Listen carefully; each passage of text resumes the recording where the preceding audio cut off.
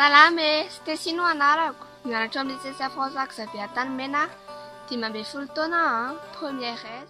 Aty Amaro amin'izany misy anay 570 kilometatra mianana Antananarivo amin'ny lalam-pirenena faharoa. Nanaraka akaiky ny fomba fiainana vorona aho, ornithologie izany. Ka ny fojisay sy ny trano no nodinihako. Vorona miaina anaty alamando ary mivelona amin'ny bibikely toy ny ala. Ny lahy dia mainty ny lohany fa ny amin'ny vavy kosa dia mavo. Ianareo ve efa nahita vorona nandrary?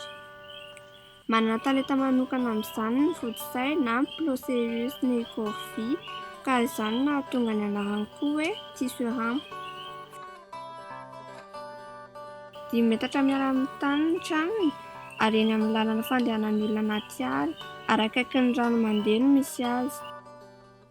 Takohaka na rubus mollicanus no hanorenany ny tranony.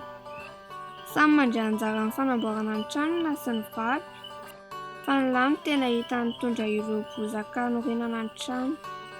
Tsikariratra fa nisy fiantoana dinray izany no nifandalovana ilay vorona mpihaza accipiter françaisis na pirafody. Mety haharitra 2 volana ny fanamboarana ny trano. Voronkely 3 amin'ny ankapobeny no mitoetra ao mandritra ny 12 andro. Ilaozana io trano io avy eo ary manamboatra vaovao izy amin'ny herintaona. Isan'ny vorona manan-talenta amin'ny fanamboarana trano io karazana tisserand io. Tsy fahita raha tsy eto Madagasikara izy, ka noho izany tokony arovany tsirairay ny ala fonenany.